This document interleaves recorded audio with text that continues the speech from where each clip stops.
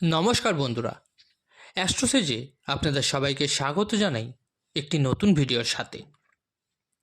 আজ আমরা আলোচনা করব, যদি আপনার জন্মরাশি মেষ হয় তো আগত সময় আপনার যে শনি ৭.৫ শুরু হতে চলেছে তার ৭.৫ বছরের মধ্যে শুরুর প্রথম ২.৫ বছরে কী স্পেশাল হতে চলেছে আপনার জীবনে। এমন কোন কোন বিষয় আছে যাতে আপনাদের বিশেষ সতর্কতা অবলম্বন করতে হবে। মানে শনি ৭.৫ তো প্রথম ২.৫ বছরের শনিদেবের প্রভাব আপনাদের ওপর কীরকম হতে চলেছে তার তথ্য দেবো আজ এই ভিডিওতে।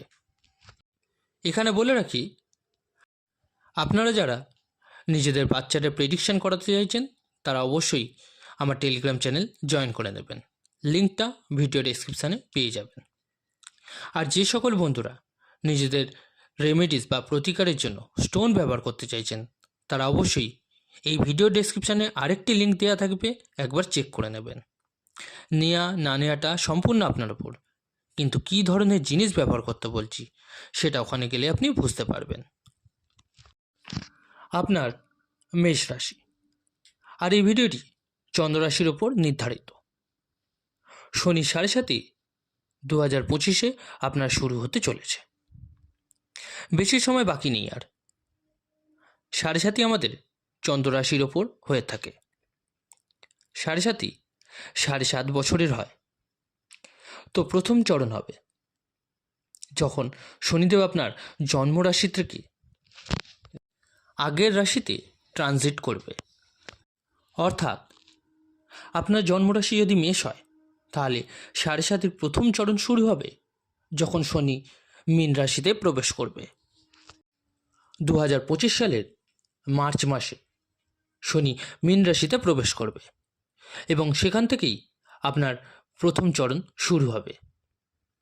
এরপর শনি যখন মেষ রাশিতে আসবে তখন আপনার দ্বিতীয় চরণ শুরু হবে এবং তৃতীয় ও শেষ চরণ যখন হবে শনি বৃষ রাশিতে প্রবেশ করবে তখন। আজ আমরা কেবল প্রথম চরণ অর্থাৎ ২০২৫ থেকে ২০২৮ পর্যন্ত শনিদেব কেমন প্রভাব ফেলতে চলেছেন মেষ রাশির জাতকদের ওপর তা নিয়ে বিস্তারিত আলোচনা করব। প্রথম চরণ হচ্ছে আপনার ইচ্ছা পূরণের সময়, কিন্তু বেছে নিতে হবে আপনাকে সঠিক পথ। শনিদেব একটি শক্তিশালী পরিবর্তনের সময় নিয়ে আসছেন আপনাদের জন্য। গত ৩ বছর ধরে যেসব ইচ্ছা মনে চেপে রেখেছেন তা এখন বাস্তবে রূপ নিতে শুরু করবে। মেষ রাশির মানুষেরা সাধারণত তাড়াহুড়ো করে সিদ্ধান্ত নেয় এবং অনেক সময়ই যুক্তিহীন ইচ্ছাও জাগে। শনিদেব এবার আপনাকে সঠিক ও ভুলের নির্বাচন করতে বাধ্য করবেন। যেসব বিষয়ে আপনাকে এই প্রথম চরণে বুঝতে হবে, প্রথম হলো জীবনে কি পেতে চান আর কি ছাড়তে পারবেন তা কিন্তু আপনাকে বেছে নিতে হবে। নতুন কাজ বা ব্যবসার সুযোগ আসবে, কিন্তু বুদ্ধি খাটিয়ে আপনাকে সিদ্ধান্ত নিতে হবে। সম্পর্কের ক্ষেত্রে কঠিন পরীক্ষা আসবে। জীবনসঙ্গী ও পরিবারের মধ্যে ভারসাম্য রক্ষা করা আপনাকে শিখতে হবে। অতিরিক্ত আবেগপ্রবণ হলে ভুল সিদ্ধান্ত হতে পারে, তাই ধৈর্য ধরতে হবে। প্রথম চরণে শনিদেব প্রচুর নতুন সুযোগ এনে দেবেন, কিন্তু তার সঙ্গে কিছু পরীক্ষার মধ্যেও ফেলবেন। নতুন চাকরি, ব্যবসা বা ইনকামের সুযোগ আসবে, কিন্তু আপনাকে ধৈর্য ধরে সব কিছু সিদ্ধান্ত নিতে হবে। যারা এখনও পড়াশোনা করছেন তারা নতুন কিছু শেখার দারুণ সুযোগ পাবেন।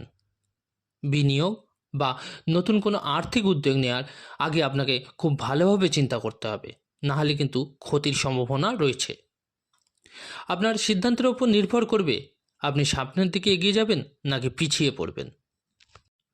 শনিদেব মেষ রাশি জাতকদের সম্পর্কের ক্ষেত্রে গুরুত্বপূর্ণ সিদ্ধান্ত নিতে বাধ্য করবেন। যারা প্রেমের সম্পর্কে আছেন তারা সিদ্ধান্ত নিতে বাধ্য হবেন এই সম্পর্ক বিয়েতে রূপ নেবে কি না। পরিবার ও জীবনসঙ্গীর মধ্যে ভারসাম্য রক্ষা করতে হবে আপনাকে। হয়তো দুপক্ষের মধ্যে কিছু টানাপোড়েন তৈরি হতে পারে। মনের কথাগুলো সঠিকভাবে প্রকাশ করতে শিখতে হবে আপনাকে, কারণ আপনার সরাসরি কথা বলার অভ্যেস অনেক সময় সম্পর্কের ক্ষতি করতে পারে। নিজের আত্মসম্মান ও ইমেজ নিয়ে বেশি চিন্তা করলে ভুল বোঝাবুঝি হতে পারে, তাই আপনাকে নমনীয় হতে হবে। আপনার আত্মবিশ্বাস আরও দৃঢ় হবে, তবে অহংকারও বাড়তে পারে, এটাকে নিয়ন্ত্রণ করতে হবে। মেষ রাশির জাতকদের মধ্যে একটি প্রবণতা থাকে, তারা নিজেদের দুর্বলতা বা ব্যক্তিগত বিষয় অন্যদের সামনে প্রকাশ করতে পছন্দ করেন না। কিন্তু শনিদেব এবার আপনাকে মানসিকভাবে খোলা মনোভাব গ্রহণ করতে বাধ্য করবেন। আপনার কথাবার্তার ধরন বদলাতে হবে, কারণ অনেক সময় আপনি কঠিন সত্য বলে অন্যকে কষ্ট দেন।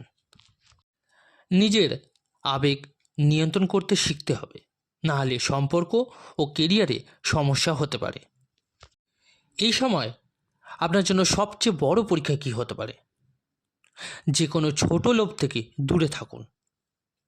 ছোট লোভে পড়লে বড় ক্ষতি হতে পারে, যেমন ধরুন হুট করে চাকরি পরিবর্তন করে ফেললেন, নতুন ব্যবসায় বিনিয়োগ করে ফেললেন, বা খুব দ্রুত লাভের আশায় ভুল সিদ্ধান্ত নিয়ে নিলেন। কিছু সুযোগ আপনার সামনে আসবেই, যা দেখতে খুব আকর্ষণীয় লাগবে, কিন্তু তা আপনার স্বাধীনতা কেড়ে নিতে পারে।